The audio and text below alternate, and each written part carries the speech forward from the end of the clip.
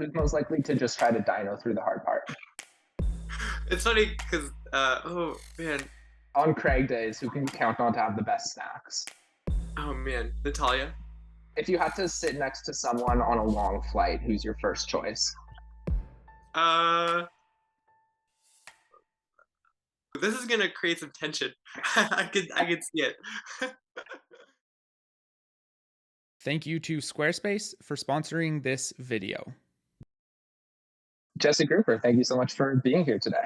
Yeah, thanks so much for having me, Marcus. So the intros are always awkward. And like I said, Yeah, I have some questions. We can sort of just dive in. let's do it. Okay. Alex Lowe famously said that the best climber in the world is the one having the most fun. Between training, travel, and like the pressure of competing constantly, what do you do to keep things positive and light throughout the IFSC season? I think staying positive is probably one of my biggest attributes that I feel like helps me in training and climbing and life in general.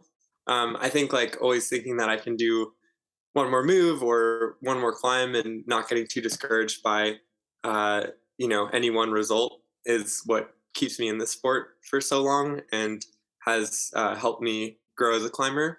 um, I think in order to have that sort of mentality, I think it's always like important to not use any one experience as the end all be all, and always have something sort of on the horizon. So I think I'm always looking forward to not just one thing all the time, but having an outdoor trip planned like after a competition, getting to do some like sightseeing in some of the amazing places that I've had like the privilege to go to, and then I also think just like being able to talk to like family and friends and um, making time for that, as well as like self care, whether that be like yoga or sleep or the good things that we need. I Yeah, think for are the yoga at the airport posts. yeah, exactly. So yeah, whenever you can, I feel like being a little bit introspective and getting some time to um, relax helps me like sort of keep like a positive attitude at the competitions. All Yeah. right. Given that you've climbed up both, settle this East Coast debate: Red River Gorge or New River Gorge. Which do you prefer? Oh, it's so hard. I've always I grew up climbing mostly in the red, but also did a few like New River Gorge trips. And I think as a kid, the new is like incredibly frustrating because it's like there's so many like lock offs and huge moves. But as an Yeah, adult, I think that the new might be better. new might be better. Yeah, It's a controversial statement. The yeah, for Kentuckians are sure. not going to be happy. Yeah, I think the movement is a little bit more interesting, and I think that there's just I don't know. I just love it so much. Yeah, it's not so much just like jug pulling. Yeah, I mean, not that the red is just jug pulling. There's definitely like a lot of really complex like endurance style routes, but I think that the style is so different at many different like walls in the new, and I also just like really love the community at both, but I definitely feel it well in the new. Miguel's Pizza, underrated, overrated, or properly rated? Oh, properly rated for sure, or underrated. I think it's like, yeah, definitely some of the best pizza in the world for sure. And No maybe that's argument just like the there. nostalgia of the red, but that counts for some. It's the whole vibe around it. It just, yeah, Definitely. it's hard to beat. Do you prefer sandstone, limestone, or granite? Kind of like a mood of a day, like am I feeling like having a little bit more pain with my granite or no, but I think probably overall like sandstone. Sandstone? Yeah. Yeah, that would be my guess too, or my choice too. All right, question number 3. You have like dozens of 514s to your name. Several of them are flashes. On climbing trips, do you prefer to like climb as many routes as possible, or do you like to go into it with one goal in mind? So I think that it depends on the like length of the climbing trip, but overall what I really enjoy doing is getting some time to like experiment with different climbs before having like one goal. I think like I don't know, going into a trip and just focusing on one thing and only focusing on one thing, I feel like is really challenging for me. And I like having, sort of the option to choose in some sense. So I think having a few like sampler days at the front of the trip while having a few like bigger projects in the back of my mind is really helpful. so that when I get excited about a bigger project, I'll like continue to work on it. And I also think mixing in like some days where I'm not just focusing on like sending the big rig, but also getting to experiment with some of the incredible climbs in a new area is really helpful for keeping a good mindset overall when you're projecting. Makes sense. Is there one route that you're like, I have to send this route before I die, I have to climb this one route? Before I die? Oh man. I tried bibliography in the this summer actually, and it was just like such an incredible experience, and it's just like so many hard moves and just so cool. And I feel like Zeus is like the all-time place, so I think it'd be pretty cool to get back there for sure. That'd be a good one. Yeah. Speaking about why you got into climbing, you said that I did it to get beat up and go down a path of uncertainty that would ultimately and hopefully lead to self-betterment. What's the most significant failure you faced, and what's a lesson you took from it that you would pass on to someone who is trying to come up as a pro climber? Yeah, I think something that I guess I probably have a lot of failures in climbing, but we all do. So I'm gonna pick one, and I'm not sure if it's my biggest failure, but I would say to me, trying La Rambla actually was maybe my biggest challenge or failure in some sense. Like in retrospect, I don't know, sort of like make a lot of like excuses in my head of like why that didn't go the way it went. I was like sort of like having a flare up during that time. I have like ulcerative colitis. And whatever else. But overall, like, I think I could have done it on that trip. I think that it felt like a big failure because to go back to the last conversation, I had this one objective to do this climb on this trip, and I had 3 weeks to do it. And, it didn't go the way it went, it didn't go the way I wanted it to go. Yeah. I felt like incredibly close, and it was a real bummer, I guess, to like put in all this time and then not see it to fruition. But I think that I had just never experienced like that level of commitment to a project consistently over the course of several weeks. And I think that like getting to just like try something hard and have that be the only focus opened the door for me feeling like what's possible for myself. I felt like if that's doable, which it did feel like it was doable by the end, then like what else could I do, and how do I readjust like thinking about outdoor climbing trips in the future so that I'm better prepared for all of the like setbacks and mental challenges that go along with that. So when I'm providing like sort of the philosophy I have for outdoor trips before, that's kind of like where that comes from, is like having those failures and realizing what went wrong and then reassessing for the next trip. That makes sense. I feel like that's something even I'm still learning. Like I'll do a route once and be like, oh, there's no way I can climb that. Like I'll just hang on it once. Like, that's way too hard. But then you like, like Stefano spent 3 months swinging around silence and didn't even give it a burn. So it's like the bar for really finding your limit is so much higher than you think it is. For sure. And I also think it's like easy to get caught up in like grades and stuff, and you're like, well, this is like, if I've done one of these before, like maybe I could do another, but they're just like so different, and there's like so much flexibility that it's hard to like have that be the only piece of the puzzle. You switch to granite slab and suddenly you have to knock a full number grade off, or several. You've said in the past that you like to sing to yourself as a way to get in the zone before climbing competitions. Do you have a go-to song? I really like Broadway musicals, I would say, but also just like sort of the I don't know, I guess like whatever I'm like listening to at the time. So usually like I usually have like a comp song, I'll say. Like so one song that I'm like listening to for several comps, or like even just like one comp, I guess, that gets me like really excited. So I'll like listen to it before and then like kind of sing it to myself before I go out. It's always a fun one. Defying Gravity was one of them for a long time from Wicked. So, that makes sense. Yeah, exactly.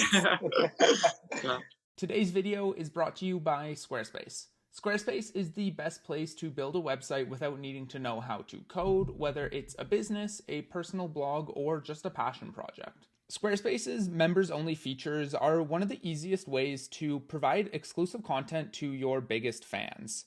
Their connected social accounts make it easier for you to share content, and their behind-the-scenes analytics help you understand and modify business decisions. Even if you're not a pro climber like Jesse, having a personal website can help you get your message out into the world, so go to squarespace.com to get started and use the code Ascensionism for 10% off your first purchase of a website or domain. What's your favorite song so far of 2022? The one that most comes to mind is actually, it's called It Was a Sin. I don't know. It just kind of gets me really excited to climb. Fair enough. Have you listened to Midnights? Is that within your wheelhouse? Midnights. I don't know. I'm going to write that down. I'm going to give it. You could be. It's the new Taylor Swift album. It might be. Oh, okay. Sick. I'll have to listen to that. I did. This is like a few days ago, right? Or yeah. Okay. Yeah, I've been meaning to listen to that. So you would have been busy competing in a World Cup. So. Although Brooke actually was like, oh yeah, a new Taylor Swift song came out before finals or something like that. I was like, oh, okay. That's good. Yeah, Brooke's got the important information. Exactly. Yeah. All right. In one of your first ever interviews, you said that climbing made you more open-viewed and that you have to be able to think outside the box. Do you see any crossover in the problem solving of climbing and the types of problems that you face in your mechanical engineering degree, specifically with prosthetics? Yeah, for sure. I mean, I think that's kind of why I went into engineering to begin with, is that climbing, there's a start and a finish and a lot of options in between. And it's the same idea in the problem solving space within engineering as a whole. So I mostly work on or I have in the past, for the past 2 years, worked on exoskeletons for post-stroke patients.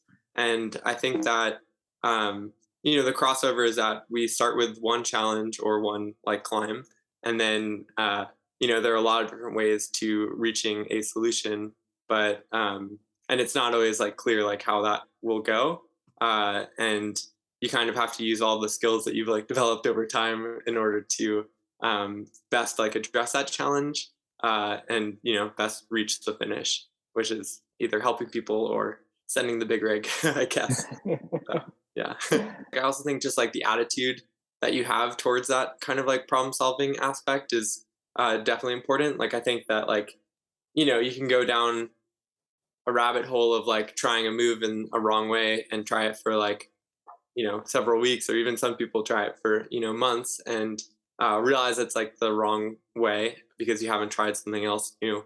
So I think kind of building that trying a lot of different things, repetitive prototyping, and being able to have that resilience to stay in the game, to see whatever project you're working on to fruition, I think is really important. That makes sense. Yeah. Surprising amount of crossover there. Yeah. Building on that, you're a Harvard engineer, international gold medalist, and you've sent 515. What's, aside from your Photoshop skills, what's the most normal, down-to-earth thing about you? What does Jesse Grupper do on weekends? Oh man. I feel a lot of the time I'm training, I guess, or working on the computer, but which I think is something that a lot of people probably relate to. But I think, I love hiking. I play the banjo a little bit, or, just an instrument in general, I think is kind of fun. And I really enjoy cooking and, making snacks like granola or granola bars, I think is really fun. So yeah. How refined has your tikka masala gotten? It's getting there. I feel I'm learning small tricks here and there, but yeah, slow and steady. Long-term project. Yeah, exactly. I've also mixed in a West African stew, which is kind of similar to the tikka masala. Oh, nice. Peanut butter in it, so it's a better base too. So yeah, we're playing with it. Lots of experimenting. Yeah. So one of my favorite things right now on the climbing scene is just the Team USA and kind of watching all you guys grow together, but also just the supportive kind of nature that it seems is there. I have some rapid fire questions to ask you about your teammates. I just want you to give me the first person that comes to mind. Sure. Who's most likely to find creative beta to get through a problem? I'd say Colin. At the last like world, or okay, sorry, we'll do rapid fire. I won't give it. All right. Flip side, who's most likely to just try to dino through the hard part? It's funny because oh man, why do I also think of Colin?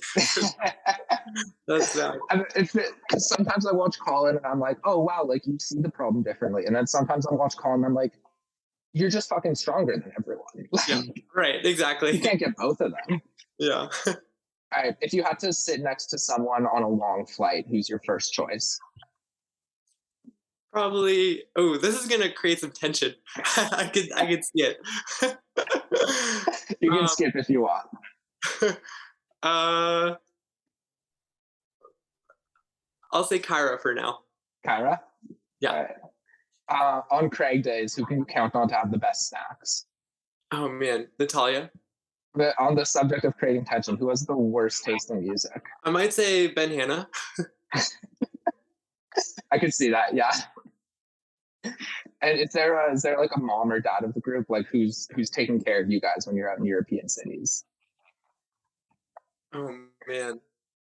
Well, I do think like Meg, who's like our like athlete manager. So I don't know. That's kind of her role, I guess. Yeah, that makes sense. All right, hopefully that's all I had. I hope Ben. Okay, cool. Yeah. You're really gonna start some battles. Yeah. Yeah, hopefully no one gets too upset. On a bit of a more serious note, I've seen posts from you in favor of BLM and EDI initiatives. You're on the record saying that the climbing community is too inclusive to have helped Trump with his border wall when that whole thing was happening. The climbing community has been facing tough questions in the last few years about issues like inclusivity and route names. Where do you think we still need to be better, and what's something that everyday climbers can do to help?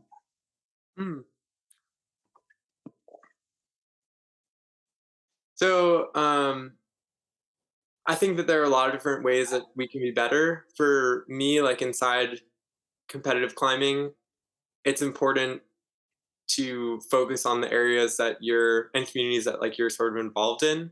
So, I wouldn't say that like if you're, not playing the band, if you've never touched like a banjo, like you shouldn't worry about like the banjo community, but maybe like the communities that you're already involved in, like how can you open them up and make them not only more like inclusive, but like more equitable towards people who might not be able to enter the sport.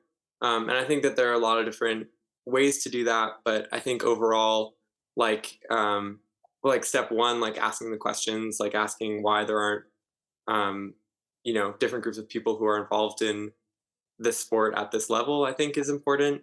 And then I think like there are a lot of different organizations who are putting in the work to make that change. So I would say either get involved in those organizations, or if there isn't one, like how can you and your fellow community members like sort of help create the space. So like for instance with competitive climbing, like I sort of like help start like the DEI committee with the help of like a lot of other people, of course.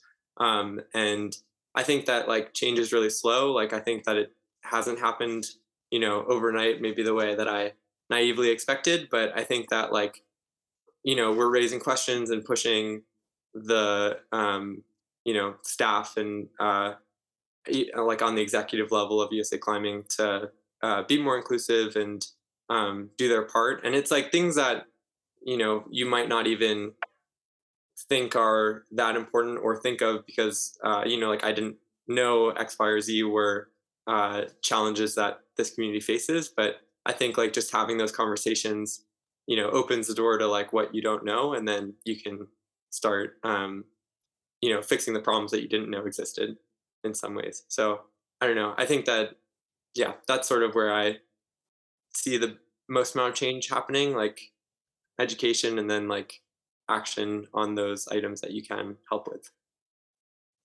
Awesome. All right, final question. In an Instagram comment once replying to someone asking you why you did a certain climb, you said, because as humans, all we want in life is to overcome the next obstacle. 2022 was a big year for you, but looking forward, what's the next obstacle for Jesse Grupper? 2023. No, I mean, I think I'm excited to continue to grow as a climber. I want to push myself in competitive climbing. I think that it's actually been like I'm learning to have a lot of fun with competitive bouldering.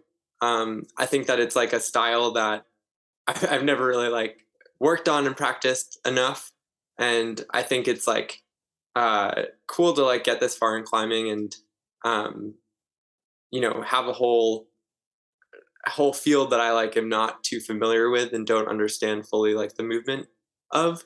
So I think that yeah, my goal would be to continue to work on that, and then also um, get outside a little bit more than I did this year, and kind of keep pushing the bar with my outdoor climbing as well.